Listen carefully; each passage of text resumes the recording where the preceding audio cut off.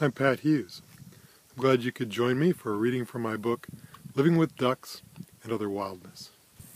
Have you ever wondered what it would be like to find when the alarm goes off that sometime during the night you'd been transformed into a duck, or even worse, a goose?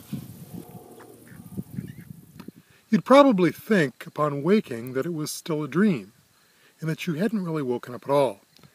A dream within a dream, you'd think, and how could you ever be convinced otherwise? So unlikely is the situation.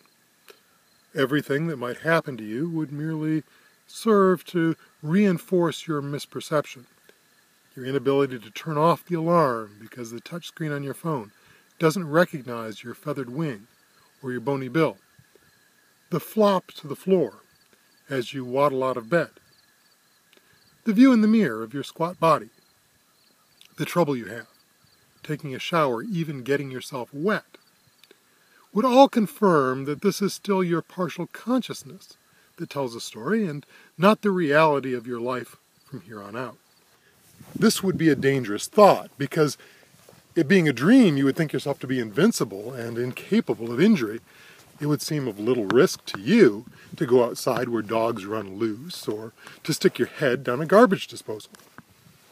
As to the latter, the risk would be minimal because if you were a duck, you couldn't reach the switch and would be in danger only if someone else did.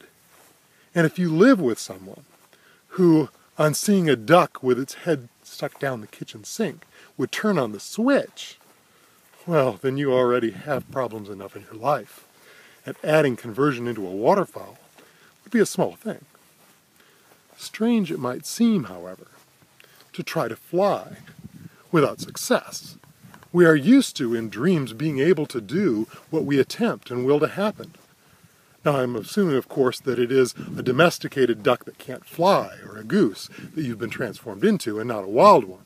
If you were wild, you could fly, and you would then quickly learn whether navigation is innate to the avian body or whether it requires an avian mind.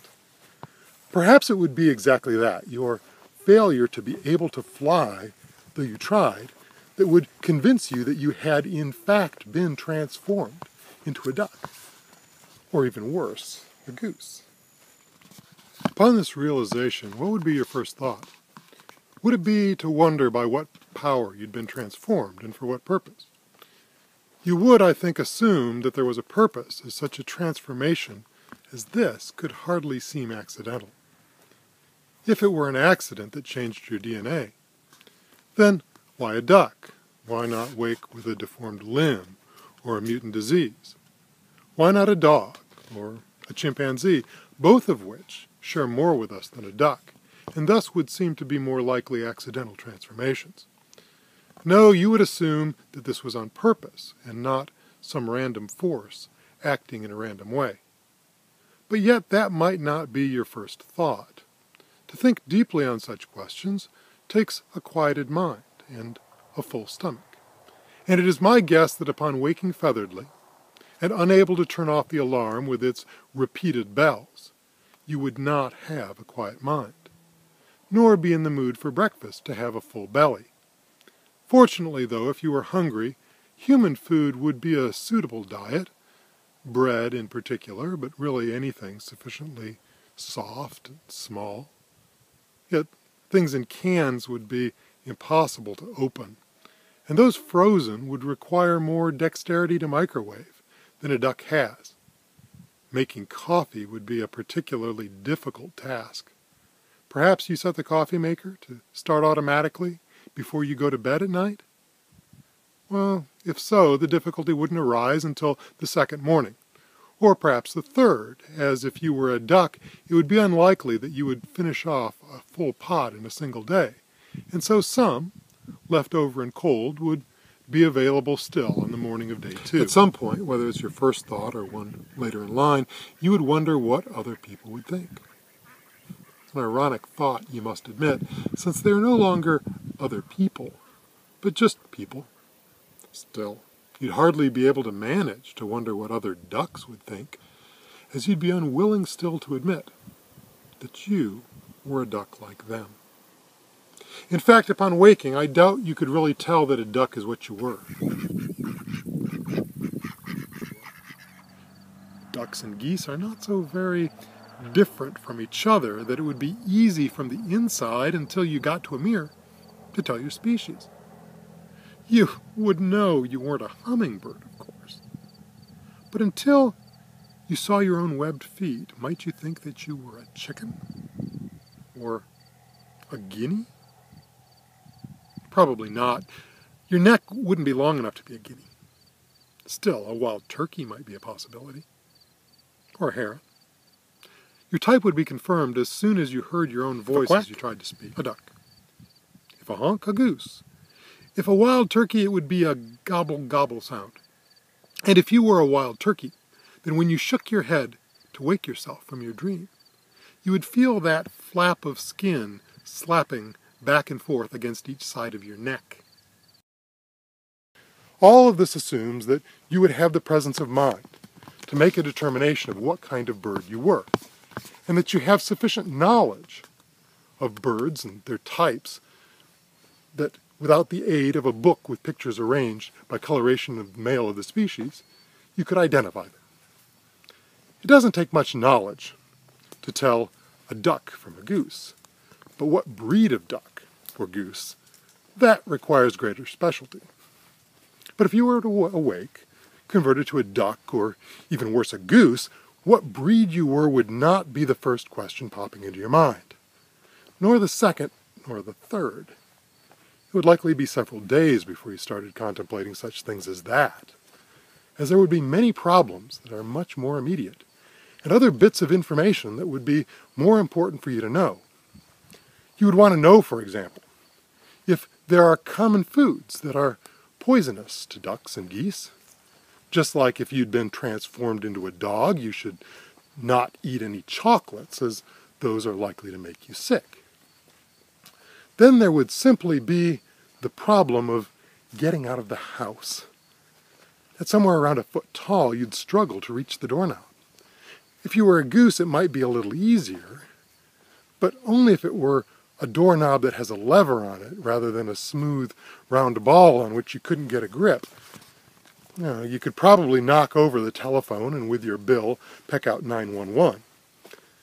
You couldn't tell the operator the problem, though. And even if you could, the operator wouldn't believe you and would post the recording of the call on some humor website without ever even sending for help.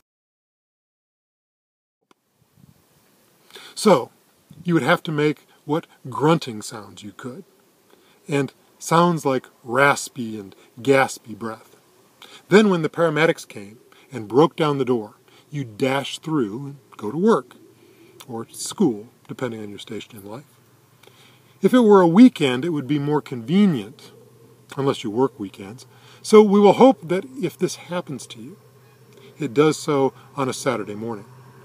A Saturday morning of a President's Day weekend, or Memorial Day, or Labor Day, so that at least if you have a government job, you'll have 3 days to make a plan.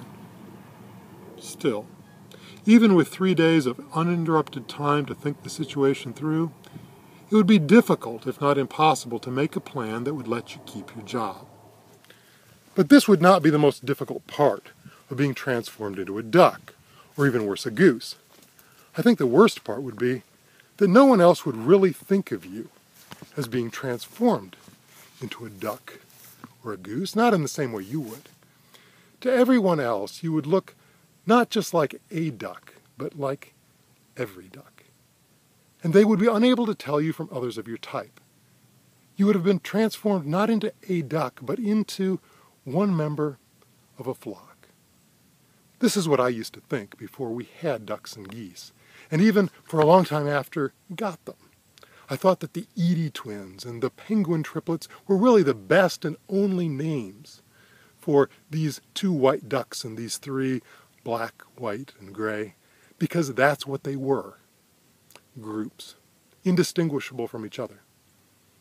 But now, I notice that one of the Edie twins' feathers don't lay flat as a duck's feathers are supposed to, stacked overlapping each other like shingles on a house roof. Not even a roofer showing up for work on Monday morning, half drunken, half hungover, would roof a house with shingles sticking out in so many directions, in so much a mess. Bed body, I call it, as it goes through the day, looking like it just got up and put on clothes that had been crumpled for a week at the bottom of the laundry hamper. When you draw a duck, you make it silhouette with curves, not jagged lines, but this duck isn't smooth. It's shaggy.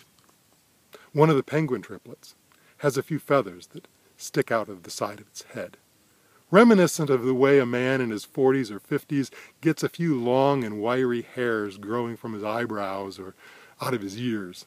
Those hairs growing wild and twisted, they give a man personality. He doesn't look like a model of a man or like a Greek god. He looks only like himself.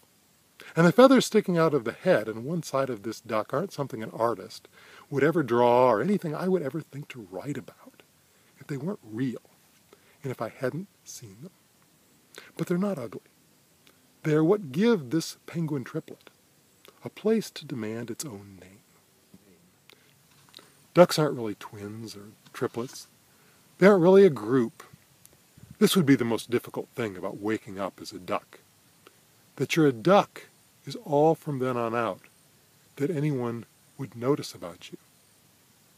And if you were a goose, they'd think about having you for dinner.